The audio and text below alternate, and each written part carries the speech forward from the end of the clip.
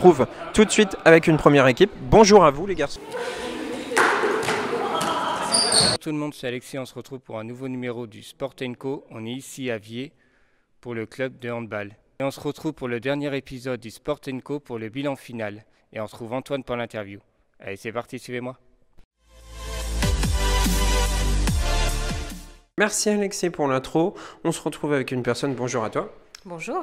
Alors, est-ce que tu peux nous rappeler ton rôle au sein du club? Je précise qu'on est là, hein, comme l'a dit Alexis, pour le dernier épisode de cette saison du Sport & Co. avec le Handball Club de Viers. Alors moi je suis Estelle Cadiou et je suis secrétaire et responsable sponsoring mécénat. D'accord. Alors, donc, on est là aujourd'hui pour faire un petit peu le bilan de cette saison au niveau sportif. Comment ça s'est passé pour vous vis-à-vis du Sport & Co, de l'émission. Déjà, au niveau sportif, comment est-ce que s'est passée la saison? Je suppose que vous aviez des objectifs par rapport à cette saison, des envies aussi. Est-ce que vous avez pu atteindre tout ça? Alors l'objectif premier, c'était de prendre du plaisir, donc je pense que ça a été le cas. Alors forcément, on a envie de gagner, hein, mais ça a été beaucoup plus difficile cette année sur ce point. On a quand même eu nos 15 qui sont allés en finale de la Coupe de l'Anjou. Donc pour ça, on est très fiers d'elles. Elles ont malheureusement perdu, mais c'était une belle aventure. On était heureux de tous les suivre. D'accord. Et alors, au niveau de tout ce qui est équipe, par exemple l'équipe senior, d'autres équipes jeunes qu'il y a pu y avoir Alors, par exemple, en U11, donc les U11, c'est des équipes féminines. Il n'y a pas de compétition. C'est des petites rencontres sur plateau et donc des gamines adorables qui ont toujours la patate. Donc ça a été super pour elles. Elles ont eu une belle progression tout au long de l'année. Ensuite, on a nos U10, équipe masculine, qui ont fini 3e de leur poule, donc milieu de tableau. Donc c'est pas mal pour des petits jeunes. Et puis ensuite, en non compétitif aussi, on a les loisirs mixtes qui ont pu s'organiser 10 matchs tout au long de la saison. 5 défaites et 5 victoires, donc c'est pas mal. Pour ce qui est des équipes compétitives, donc on a les U14, les U12 d'abord, qui ont fini dernier de leur poule. Les U14 qui ont eu une première partie difficile, mais qui se sont bien rattrapés sur la deuxième partie de tableau puisqu'ils ont fini premier de leur poule. Ensuite, les U15 qui ont été finalistes de la Coupe de l'Anjou. Et les U17 pour qui ça a été plus difficile parce que tout au long de l'année, on a eu du mal à avoir un effectif complet.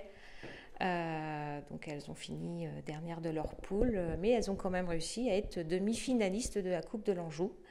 Pour les U19, ils ont terminé 13e sur 15 équipes engagées. Et pour les seniors, dernier de leur poule. D'accord. Alors, donc du coup, j'imagine que par rapport à tous ces résultats, il y a des satisfactions déjà premièrement, et puis aussi peut-être des envies par rapport à la prochaine saison. Alors pour la prochaine saison, en fait, il y a pas mal de choses qui changent puisqu'on perd 2 équipes jeunes. On perd les U17 et on perd les U19.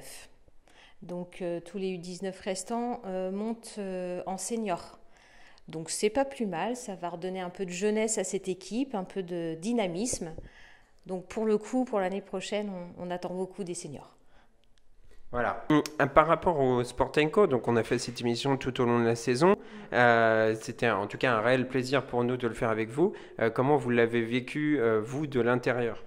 Alors pour nous aussi, ça a été un réel plaisir aussi de vous avoir, de pouvoir partager avec vous notre passion pour le handball.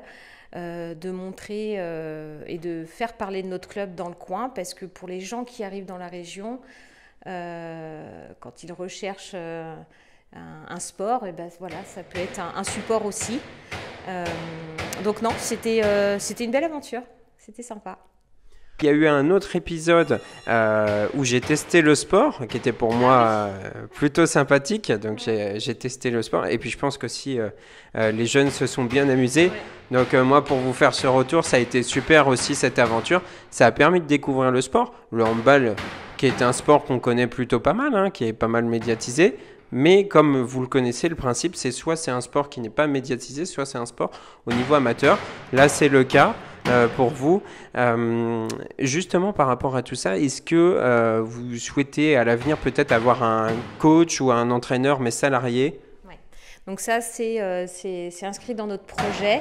On a vraiment l'ambition d'un jour d'avoir un salarié qui nous ferait nos entraînements à domicile. Et oui, c'est un souhait qu'on a depuis 2-3 ans. Enfin voilà, on travaille pour. Donc on espère. Voilà, il faut se structurer, effectivement, c'est toujours très important. D'ailleurs, si vous voulez venir découvrir le handball, vous pouvez. Comment est-ce que les gens peuvent venir découvrir le hand et s'inscrire aussi pour la prochaine saison? Eh bien, écoute, ils peuvent aller faire un tour sur notre site internet sur lequel il y aura les coordonnées, les miennes entre autres, pour nous contacter. Et de là, en fonction de la catégorie d'âge, on leur expliquera quand est l'entraînement et sur quel lieu, parce qu'on est sur deux lieux, la salle des Courtils-Lavier et le complexe sportif de Nueil-sur-Layon. Donc, si tu devais, en 3 mots, qualifier cette aventure du Sportenco, est-ce que tu pouvais nous les dire? Et puis après, comment est-ce que tu as trouvé, comment est-ce que je me suis débrouillé finalement par rapport à l'épisode du test du sport qui était pour moi très sympathique? Alors, en 3 mots, je dirais passion, proximité et... il m'en manque un. Découverte. Voilà. Et pour ce qui est de ton essai, eh ben, écoute, je te propose de prendre une licence en senior. On a toujours de la place, hein. Si ça t'intéresse. Bon, bah ça va, alors ça veut dire que j'ai bien fait l'entraînement. Écoute, en tout cas, ce serait avec plaisir. Et puis surtout, je pense que ça permet de montrer aux gens comment est-ce que ça se passe, les entraînements, comme quoi il y a vraiment une bonne entente. De toute façon, vous êtes un club familial avant tout. Ouais, c'est vraiment l'objectif de ce club, hein. On veut rester familial. Alors, on veut progresser aussi, hein, on ne va pas se le cacher. Mais on veut rester un club familial. C'est pour ça que... En termes de tarifs de licence, on est dans les moins chers du coin. Mais c'est important pour nous.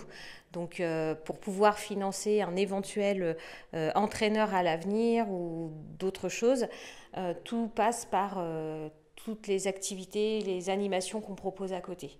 Le concours de petits palais, le loto, le tournoi des familles... Enfin, voilà, encore d'autres choses que j'oublie certainement, mais voilà, tout est... c'est grâce à ces moments qu'on récupère nos fonds pour pouvoir investir dans l'avenir. Et les sponsors aussi. Et les sponsors, sans qui on ne pourrait pas évoluer autant, parce que grâce à eux, toutes nos équipes ont des tenues raccords, ce qui n'était pas le cas au tout début. C'était un peu dépareillé, mais là, grâce à tous nos sponsors, c'est vrai que au moins, on a de jolies équipes sur les terrains. Eh bien, écoute, merci à toi d'avoir répondu à ces quelques questions. Merci à vous de nous avoir suivis.